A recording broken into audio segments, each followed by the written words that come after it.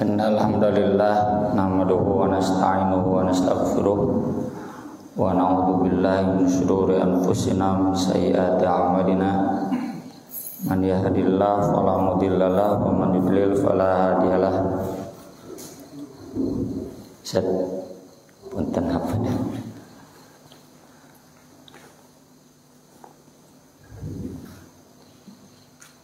Asyhadu an la ilaha illallah wa asyhadu anna Muhammadar Rasulullah sallallahu wasallam alaihi wa ala alihi wa sahbihi wa man tabi'ahum bi ihsan, amma ba'd.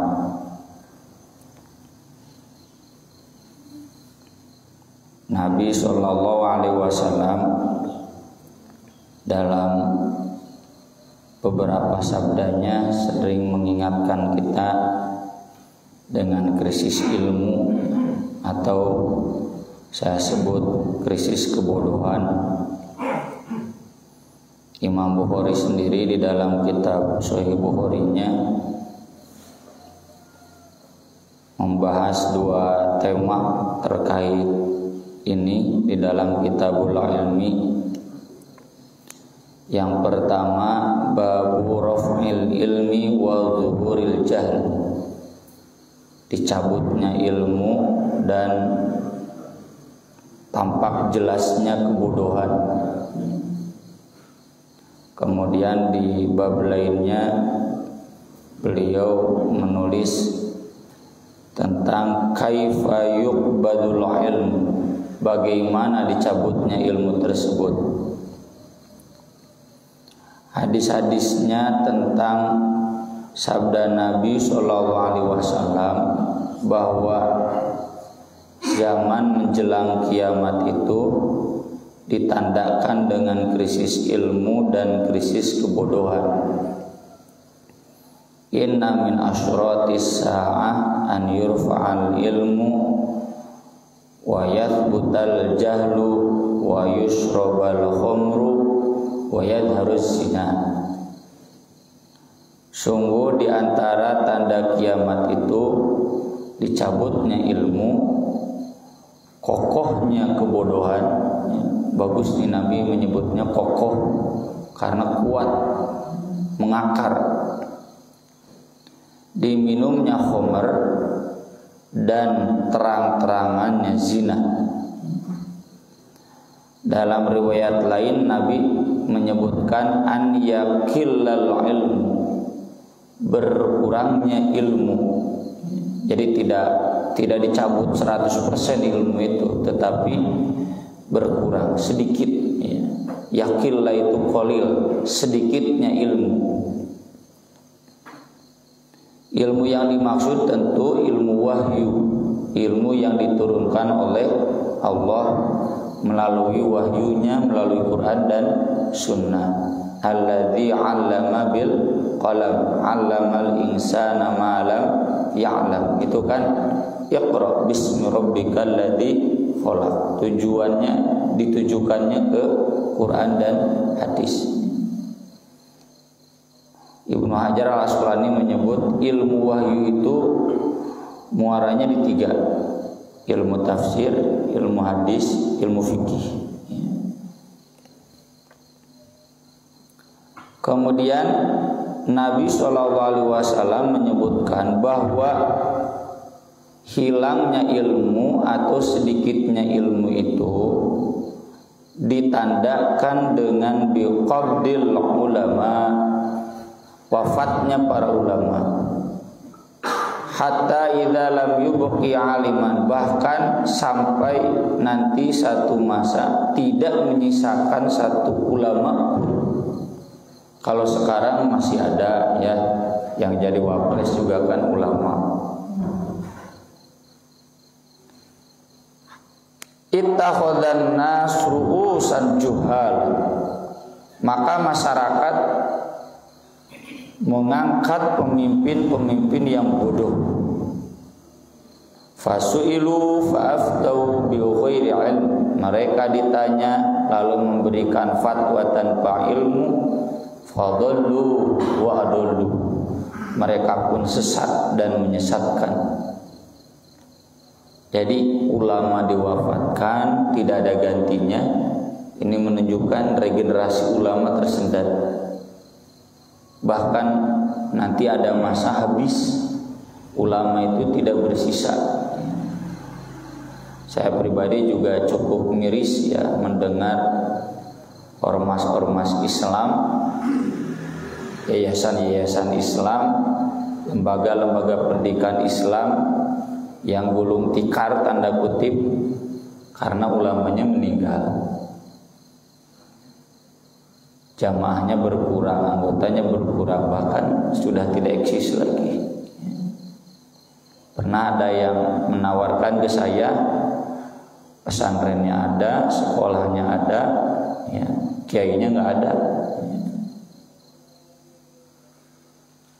Ini diantara ya, contoh ini. Dan kalau dalam level yang luas, ya level yang lebih luas, berarti sedikitnya ilmu itu berarti dengan sedikitnya ulama. Ulama ini bisa disebut wafat atau dianggap wafat. Pokoknya jelasnya terlihat dengan pemimpin-pemimpin yang bodoh. Pemimpin-pemimpin yang bodoh ini yang disebutkan di hadis yang pertama tadi, yang melegalkan miras, yang melegalkan perzinahan.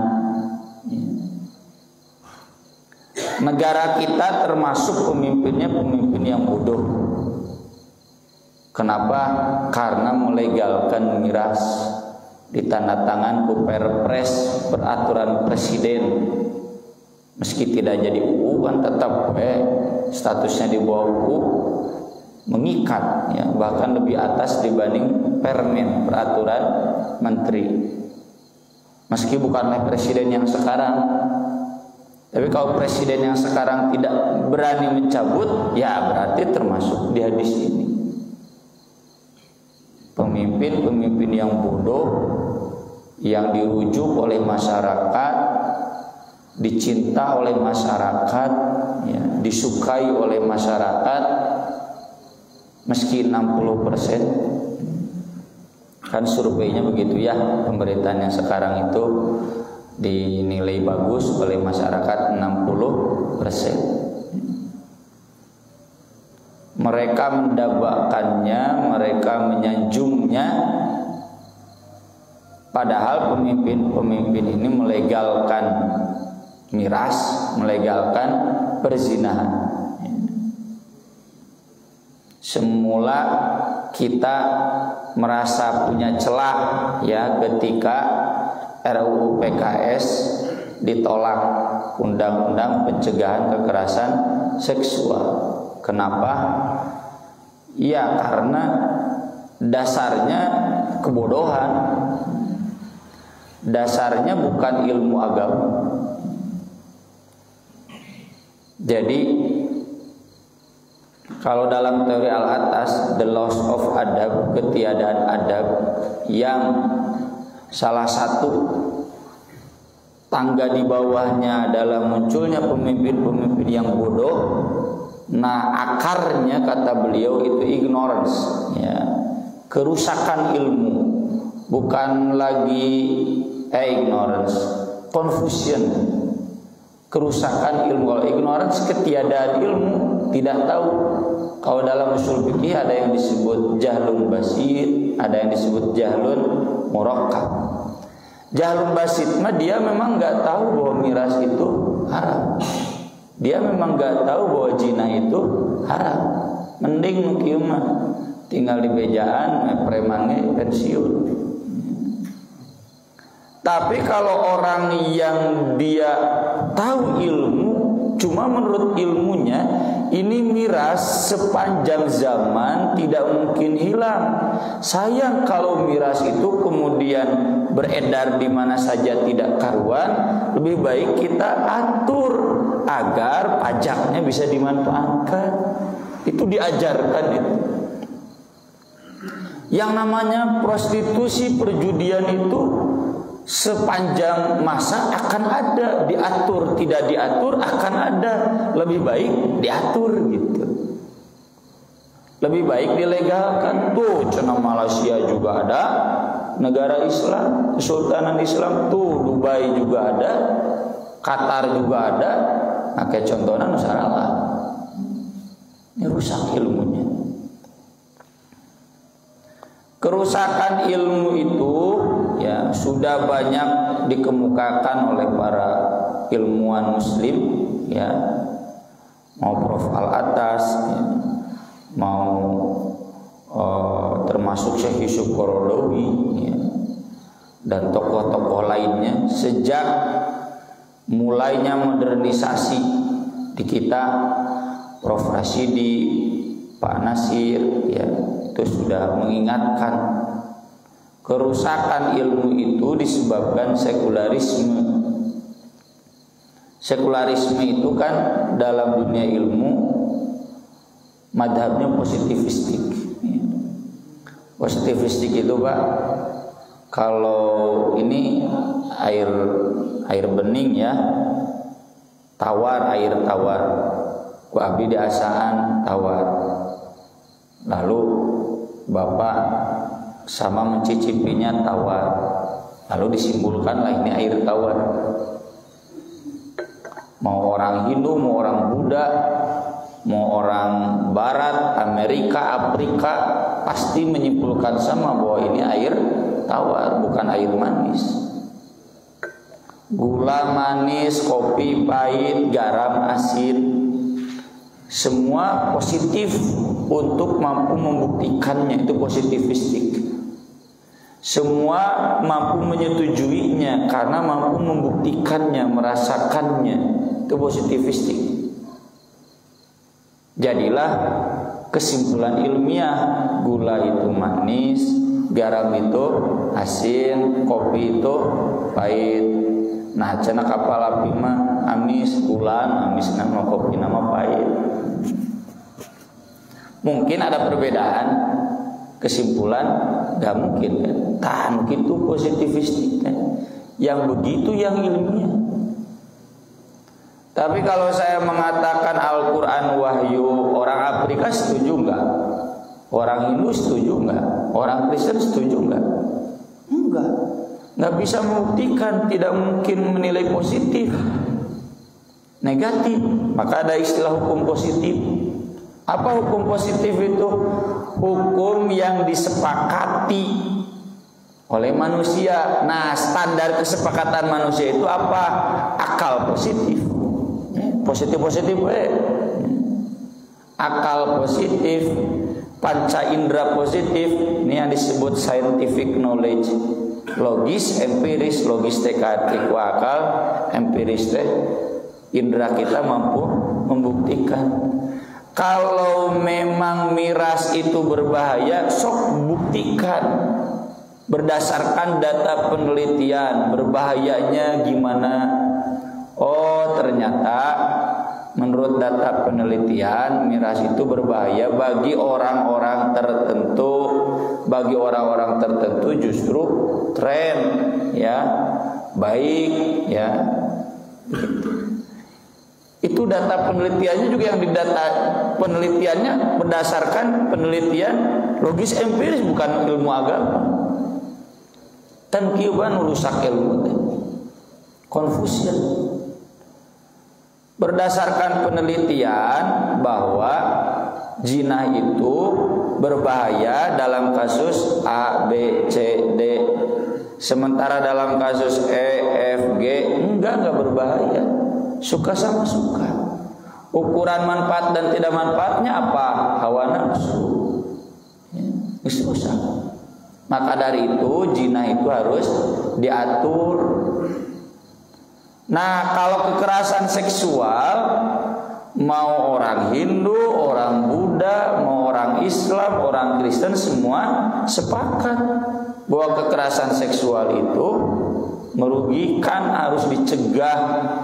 Makanya yang masuk wilayah aturan perundang-undangan itu yang disepakati saja. Wilayah-wilayah yang tidak disepakati dan itu terkait tuntunan agama, tuntunan moral, itu wilayah privat, wilayah privasi, wilayah masing-masing, bukan wilayah publik.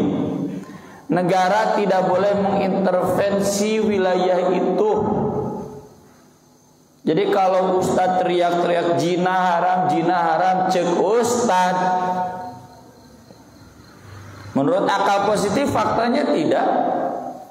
Akal positif teh naon hawa nafsu. Namun akal positif wahyu mada moal gitu. Kalau kemudian agamawan berteriak bahwa miras ini membahayakan, faktanya banyak negara-negara yang melegalkan miras. Tingkat keterisian rumah sakit tidak mendadak membludak kayak COVID, enggak. Biasa we. Mau F1 ya, mau sepak bola, mau MotoGP, udah biasa. Pestanya alkohol, kecuali Muhammad Salah, tidak ada alkohol. Jadi standar kebenarannya ini akal positif, panca indera. Inilah yang disebut ilmu dalam standar sekularisme. Ongko disebut ilmu tapi bodoh gitu. Inilah yang disebutkan oleh Nabi Sallallahu Alaihi Wasallam menjelang kiamat itu akan begitu. Makanya di satu sisi ketika kita menolak lalu kemudian gagal,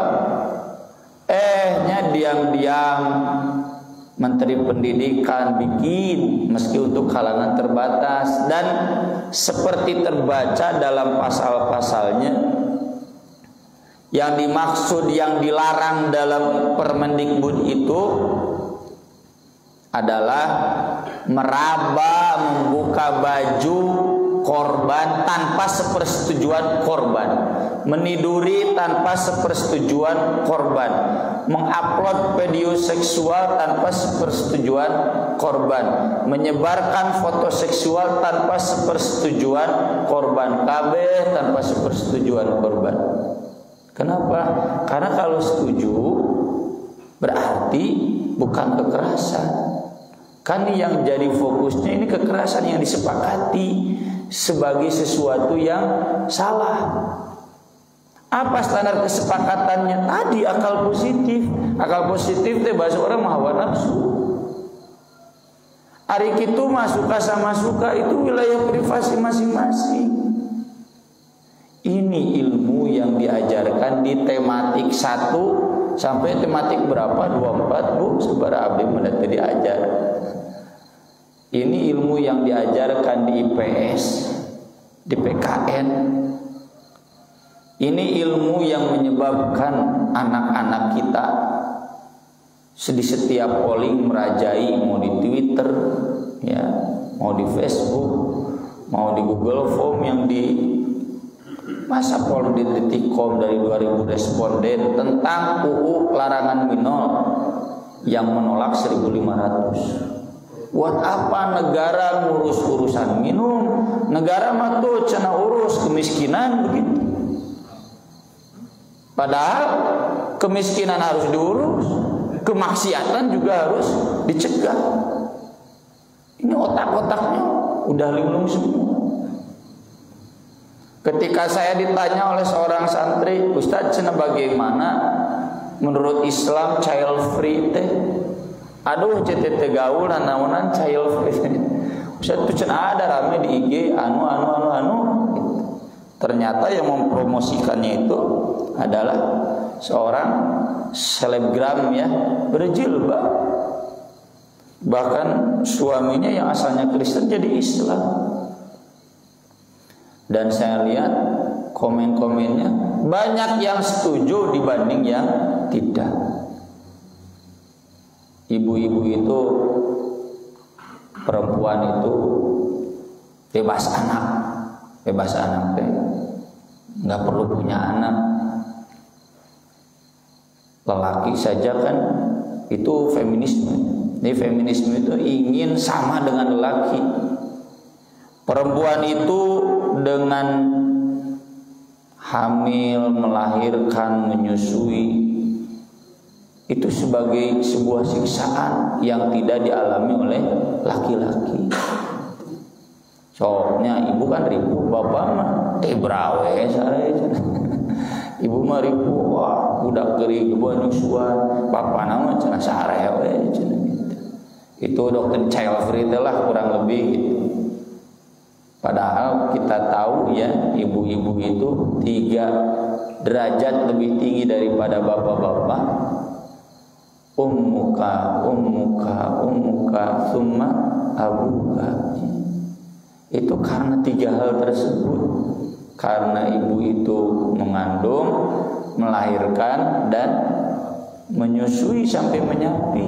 Itulah mengapa kalau anak menurut bapaknya A, menurut ibunya B, cek Nabi, turut ibumu bapak wayah nawengelehan. Kenapa? Itu wa wasainal insana biwalidayhi ihsana hamalatu ummu kurha wa wada'atu kurha wa hamluhu wa fisaluhu 30 syahra. Itu 3 itu. Selalu ketika bahas berbakti kepada orang tua, jasanya kan jasa ibu bapak maka kadang disebut-sebut.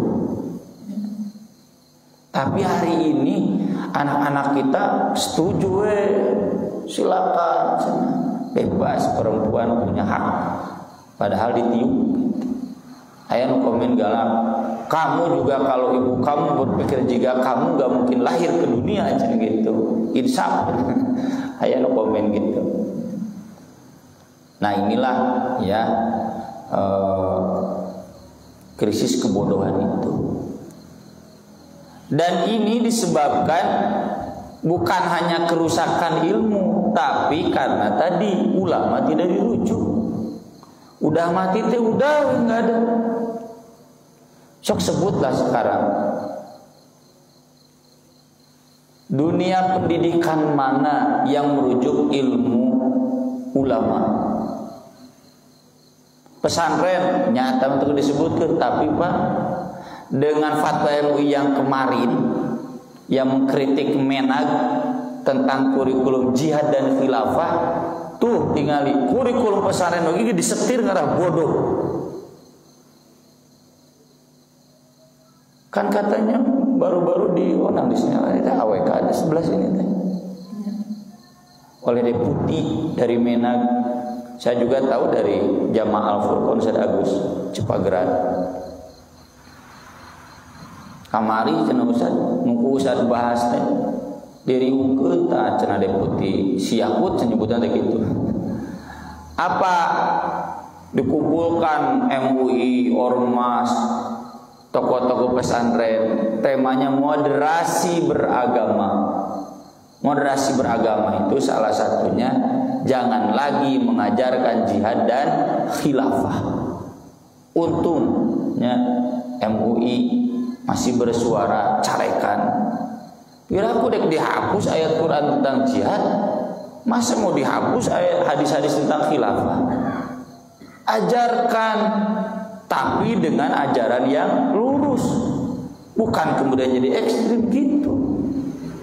Itu menunjukkan bahwa pesantren pun disetirmu seperti bodoh. Dan mohon maaf, saya kan aktivis pesantren. Bisa dihitung dengan jari Pak pesantren yang mandiri kurikulumnya. Pesantren juga sekarang santrinya pingin ijazah bersamaan. Santrinya ingin lulus itu bisa kuliah, ingin lulus itu bisa kerja. Otomatis mayoritas pesantren kemudian beralih lembaga jadi MTS, jadi MA, madrasah sanawiyah, madrasah aliyah. Kalau sudah madrasah persis siga SMA, siga SMP, kurikulumnya kudu jadi itu ada akreditasi, ada sertifikasi gurunya. Kalau sudah ada sertifikasi, akreditasi, bos, kurikulumnya harus ikut sana. Kurikulum pesantren terpinggirkan ke sore dan malam. Aya nu rada leuheung asar duhur sampai asar. Itu semua hemat saya kurang baik, mohon maaf. Nah, tenaga sesa. Pagi-pagi ya ikut. Kan kurikulum sekarang diatur dengan jam pelajaran, diatur dengan bukunya, buku ajarnya. Aya alusna buku ajar itu kudu meuli-nya. Zaman saya yang namanya mau beli buku pelajaran itu kudu ngumpulkeun ulah. Ayeuna mah kan dibagi tapi disetir. Ketika awal-awal daring ya anak saya ngawuruk tematik Bu, Pak. Subhanallah, ada kumaha ti liberal udah kurang. Ya. Di satu gambar anak perempuan tidak dijilbab, anak perempuan dijilbab, laki-laki tiluan ulin sapedahan terus di pinggir sungai. Itu kan mengajarkan pergaulan ikhtilat, mengajarkan bahwa yang dijilbab dan tidak dijilbab itu biasa-biasa saja. Kemudian ada pelajaran tentang kekayaan budaya nasional, naon tari pendetnya, suku Tengger di Bromo, ya, sedekah laut di Subang, di Karawang, sedekah bumi di Sumedang. Saya bilang ke anak coret, musyrik gitu. Tradisi kafir gitu. Pak cenah ieu aya pelajaran bab renang, teori bajuna tidak nutup aurat. Lewat kewe renang cete. Dekat Karang Sentra, dekat Tirtamulia, langsung we renang. Teu kudu ningali buku jeung kana itu. Sejak saya kecil juga dulu PMP ya, zaman saya, bapak-bapak juga mungkin PMP. Saya sering dikritik oleh bapak saya juga. Toleransi orang Islam membuatkan pohon Natal gitu kan, ya. Kritik naon cenah teh haram gitu teh kafir. Sekarang lebih masif lagi, ya. Saya pun di UIN S1 belajar civic education bahasa lagi nanti non PKN. Isinya Pak, wah liberalisasi. Dosennya nggak ada. Nya ayah hiji dua nya anu Islamis kebanyakan mah enggak. Ini kan wilayah negara, bukan wilayah agama.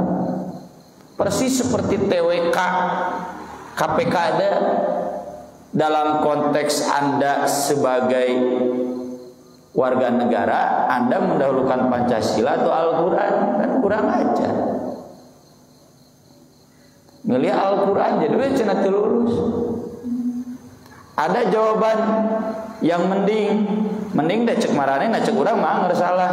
Dalam konteks keyakinan saya pilih Al-Quran, dalam konteks kenegaraan saya pilih Pancasila. Tan kitu sekuler teh. Dan itu diajarkan di PKN itu. Padahal harusnya dalam konteks kenegaraan dan keagamaan saya pilih Al-Quran dan Pancasila itu saya yakini karena harus selaras dengan Al-Quran, ketuhanan yang Maha Esa. Ya. Ketuhanan yang Maha Esa itu menjamin Quran, menjamin Islam, berhak. Makanya MUI kan menegur Permendikbud tentang jilbab ya. Tentang larangan sekolah memaksa melarang jilbab setuju, tapi larangan sekolah memaksa jilbab ngaco. Bagus tuh MUI ngan kitu teh didengeda geus dianggap mau. MUI sekolah berhak mendidikkan syariat Islam untuk siswi-siswi muslimah. Itu Permendikbud itu kalau betul berlaku, terus di madrasah aliyah, di pesantren ada yang sekuler, itu mereka pasti sok cenah neng-neng yang gak mau berjilbab silakan. Ini kan sekolah negeri, Permendikbud sudah berlaku.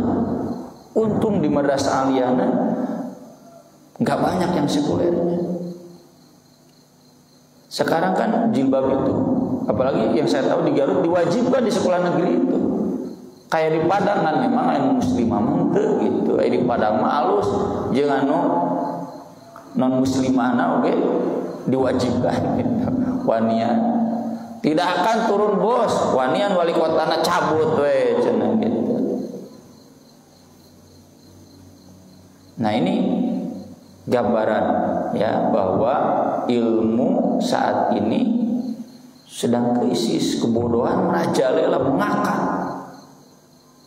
Apalagi kalau kita rujuk SD, SMP, SMA, perguruan tinggi, di ITB, di IPB, di UPI, di Unpad. Apakah ilmu ulama jadi rujukan? Enggak. Padahal hierarki keilmuan itu ya dalam ilmu Islam ada ilmu fardu ain, ada ilmu fardu kifayah. Kenapa disebut fardu ain? Ya karena ini yang nanti menyetir ya. Menyetir ilmu fardu kifayah. Ilmu fardu ain itu yang 3 tadi, Pak. Tafsir, hadis, fikih.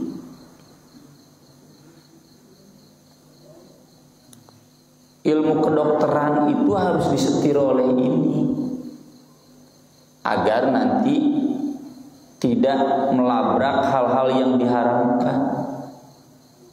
Ilmu teknologi juga harus disetir oleh ilmu ini. Bukan berarti teknologi kuduna yang ngandalilna lah, nantinya hese. Ini teknologi HP ada nggak ya di Al-Quran? Dalilnya mual ayat. Tapi maksudnya ilmu ini nanti menyetir ilmu teknologi perkembangannya.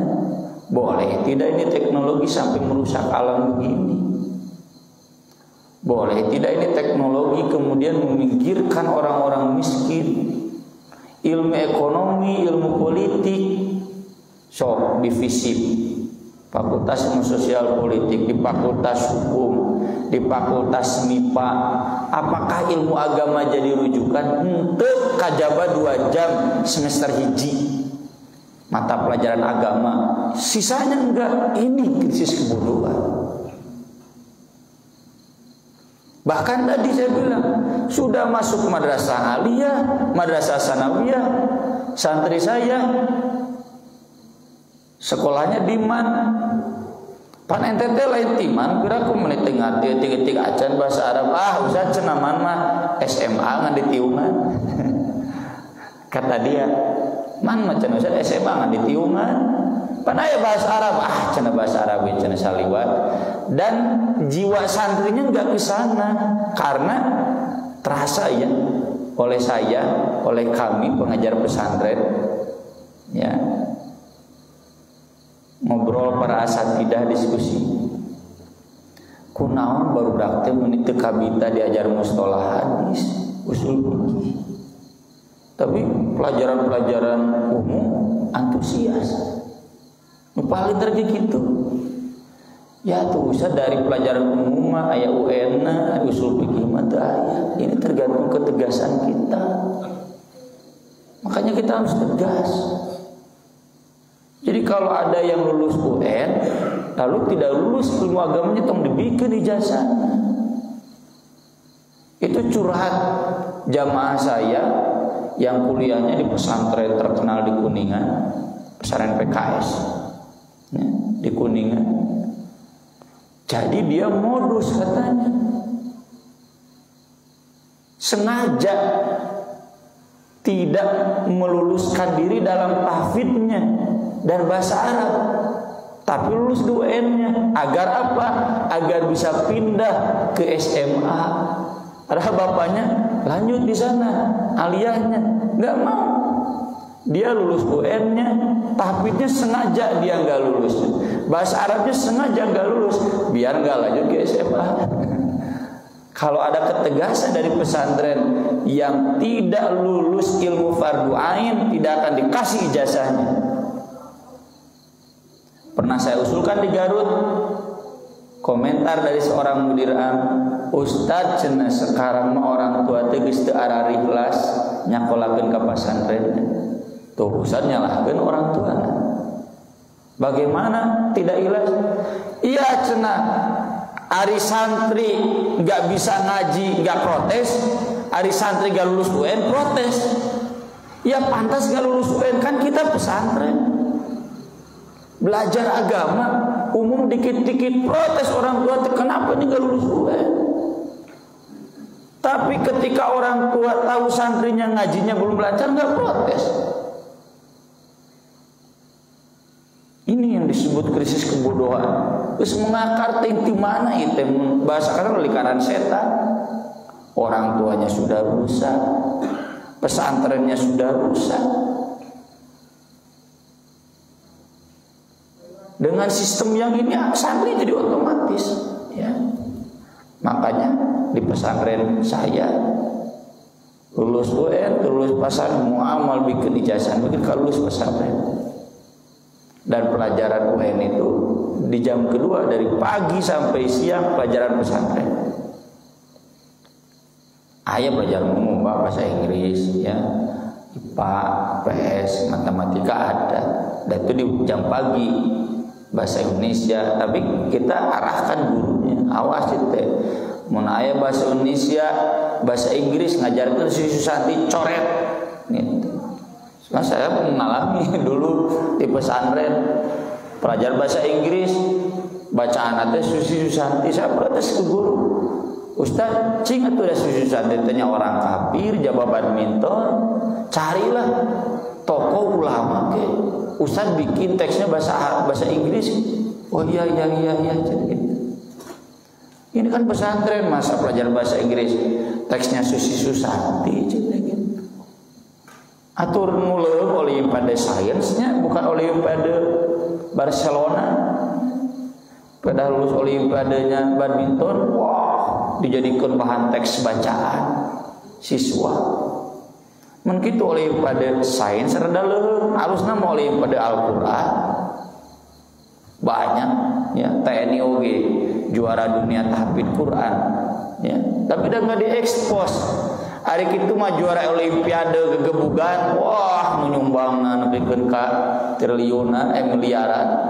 Mere hadiahna Ridwan Kamil mere nya wali kota mere menteri yo mere MPR mere presiden mere. Wah. Kitu mah olimpiade tahfidz. Padahal anggota TNI lagi nya Mang Dudungna ge teuing da aya ting teu. Mang Dudung mana nama kasadna. Apa yang harus kita lakukan? Imam Bukhari di sini menulis dua atsar. Yang pertama dari Khalifah Umar bin Abdul Aziz. Beliau memerintahkan Abu Bakar bin Hazm, seorang ulama tabi'in, untuk menyeleksi hadis. Undur man kana min hadithi Rasulillah sallallahu alaihi wasallam faktubu, tulis. Wal tufsul ilma, sebarkan ilmu lewat tulisan. Wal tajlisu, bikinlah majelis-majelis. Kalau bahasa sekarang, bikin buku ajar, selenggarakan lembaga-lembaga pendidikan, mau yang formal, non formal, informal, perbanyak majelis-majelis. Dan disertasi di Jogja itu masih membuktikan ya, liberalisasi di Indonesia masif, kecuali di dua lembaga, satu majelis taklim, dua khutbah Jumat. Alhamdulillah. Ini benteng ya, benteng liberalisasi itu ini. Dan aksi 212 itu membuktikan ya, masih ada yang anti liberalisasi. Padahal itu tidak lewat ormas, tapi lewat majelis taklim. Da ormas nama jalan apa? Ya, yang saya maksud ormas perwakilan Allah Muhammadiyah NU jalan apa? Meski Muhammadiyah NU tidak mendukung, wah turun. Menunjukkan bahwa sekarang banyak majelis taklim yang tidak terafiliasi ormas, tapi tetap bergerak. Bikin buku-buku, sebarkan, ajarkan. Jangan sampai khiftu durusal ilmi wa dhahabal ulama. Ilmu hilang, kajiannya, ulama meninggal, udah selesai kiamat itu. Yang kedua dari Rabi'ah bin Abi Abdurrahman, kata beliau sebagaimana ditulis oleh Imam Bukhari, la yanbaghi li ahadin indahu syai'un minal ilmi an yudayya nafsahu. Tidak sepantasnya, tidak layak bagi seseorang yang punya sedikit ilmu dia menyia-nyiakan dirinya. Punya sedikit ilmu itu berarti punya sedikit kecerdasan. Menyia-nyiakan dirinya, dia tidak belajar ilmu agama. Bapak yang dosen hukum, sok Pak tinggal belajar agamanya agar ilmu hukumnya terislamisasi, nggak terjebak dengan teori hukum positif kayak tadi. Bapak yang dosen ilmu sosial, sok masa ilmu sosial bisa sampai S3, ada ilmu agama untuk SCG aja. Sok belajar ilmu agama dan mudah belajar ilmu agama dan murah lagi. Belajar bahasa Arab, belajar tahsin, tapi nggak usah bayar. Saya dulu kenapa jelek bahasa Inggris? Saya jawab sederhana saja ke santri saya. Karena kalau bahasa Arab di masjid-masjid banyak gratis, bahasa Inggris kudu membayar minimal ke Harvard numpang murah nanti. Komo kalia mah cete jeung IF mahal zaman saya juga dulu. Jadi itu cete gitu. Belajar agama itu murah, mudah. Sekarang di IG, di YouTube juga banyak. Belajar baca kitab ya. Di YouTube ada, di IG ada, online ada juga. Jangan menyanyiakan diri, belajarlah. Termasuk siapapun yang sudah punya ilmu, jangan menyanyiakan dirinya, ajarkanlah. Minimal ke keluarga, minimal kita bikin majelis di keluarga, karena itu yang membentengi kita dan keluarga. Saya punya jamaah yang pejabat di Bio Farma. Wah Ustaz, alhamdulillah pun anak saya sekolah umum di Unpad, tapi cer diwajibkan ngapalkeun Quran, diwajibkan ngaji. Makanya alhamdulillah teh sekuler. Ya harus begitu. Semua kita harus seperti itu. Ngan cenah ustadznya aya anehna cenah pun anak teh. Kenapa Pak Haji? Masa lulusan teknik kimia ya, di Jawa Tengah sekarang malah testing jadi guru tahfidz. Tapi nggak apa-apa lah saya mah cenah gitu. Dia teknik kimia karena pendidikan bapaknya selain belajar ilmu sains harus belajar tahfidz. Akhirnya teh ngadon cenah pengin seleksi guru tahfidz jadi besar anu. Padahal dia S1-nya teknik kimia. Tapi abdi mah teu naon, cenah penting lah dia ngajar meskipun tidak belajar. Kan kalau teknik kimia biasanya kan perusahaan ya gitu. Enggak apa-apa lah gitu. Pakailah saeutik. Nah ini mudah-mudahan ya apa yang ditulis oleh Imam Bukhari di dalam kitab Sahihnya menggugah kita ya. Dan termasuk ya yang terakhir, jangan pilih pemimpin bodoh cirianta ti ayeuna nu pararodo teh saha tong dipilih deui ya. Mulailah kita melek, mohon maaf ya dalam politik kalau boleh saya usul, sudahlah kita pilih yang Islam, jelas Islam. Dan tokoh Islam di partai itu Islam ada hese, tetap disetir. Platformnya bukan partai Islam, disetir. Ya. Dan itu susah. Jangankan partai yang tidak Islam, P3 saja, kata Dr. Henry Solahuddin ketika bahas RUU PKS, setengahnya sudah sekuler, setengahnya masih Islami. Itu yang Islami yang dari kampung-kampung, sana dari Garut, dari Tasik, dari Padang. Yang udah sekuler di Jakarta, di Bandung, Surabaya. Jadi di P3-nya sendiri alot itu membahas tentang definisi kekerasan seksual, anu sekuler, anu Islami. Ya. Satarik-tarik anggota Dewan Islam di partai yang platformnya bukan Islam susah.